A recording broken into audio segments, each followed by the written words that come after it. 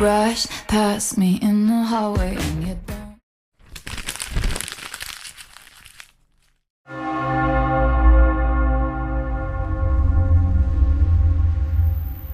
In the heart of ancient China, amid legends passed from mouth to ink to memory, a bell was cast, not just from metals, but from a soul.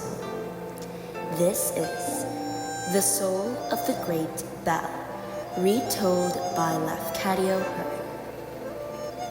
It is a tale of sacrifice, of a daughter, a father, an emperor, and of a sound that mourns even centuries after its last strike.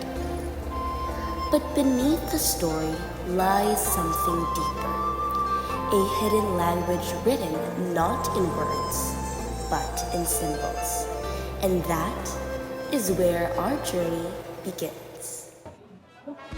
From the southern island of Mindanao, where young minds are nurtured to think critically, feel deeply, and see beyond the written word, we are students of the Lafcadio University Junior High School Department.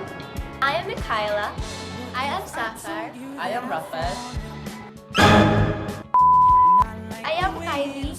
I am Kaylee. And I am Jessie. In this episode of Literary Elements Unlocked, we invite you to listen, not just with your ears, but with your soul, as we unravel a story not merely heard, but felt across centuries and cultures. This is not just literature. This is a legacy. Let's break this down through the lens of symbolism, one of literature's most powerful tools. In the soul of the great bell, symbolism is not used sparingly. It is the very structure of the story, subtle yet very striking. At the center of the story is the great bell, commissioned by the Son of Heaven himself.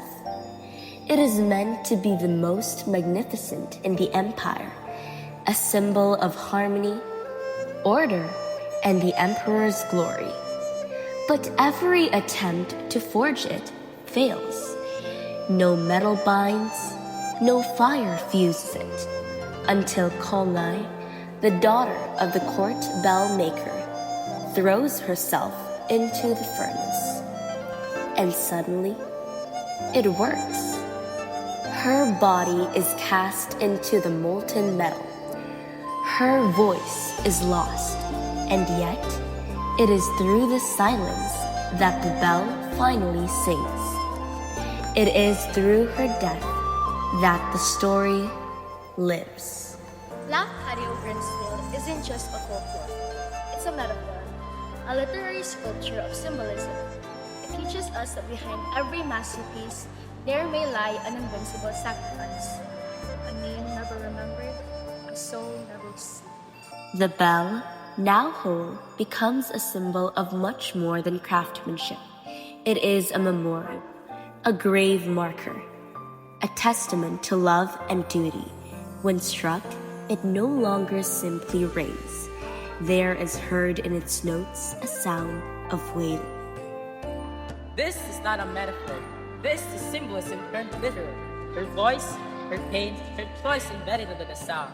She is the soul of the bell, literally and symbolically.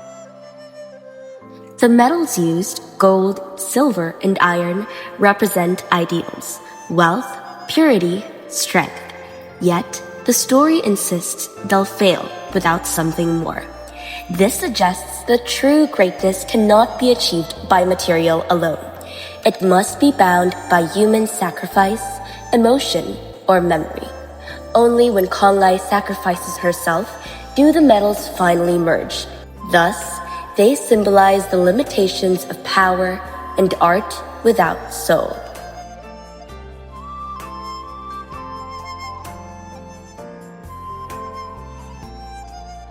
This story is deeply rooted in Confucian values, especially filial piety, the virtue of honoring one's parents above all. Kolnai doesn't jump because of superstition. She jumps because her father's life and reputation his very dignity are on the line.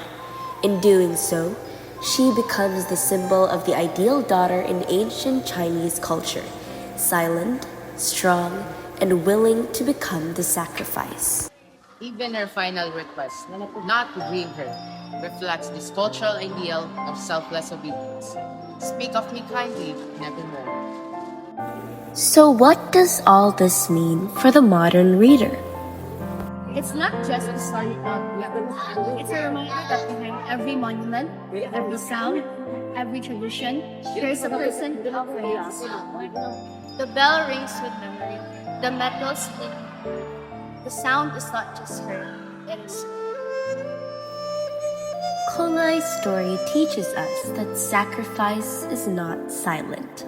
It resounds in the chime of the bell, in the traditions we keep, and in the stories we tell. This has been Literary Elements Unlocked. Once again, We are from Liceo de Cagayan University. Junior High School Department. Thank you for joining us. Keep reading, keep unlocking. What if I told you that I've fallen?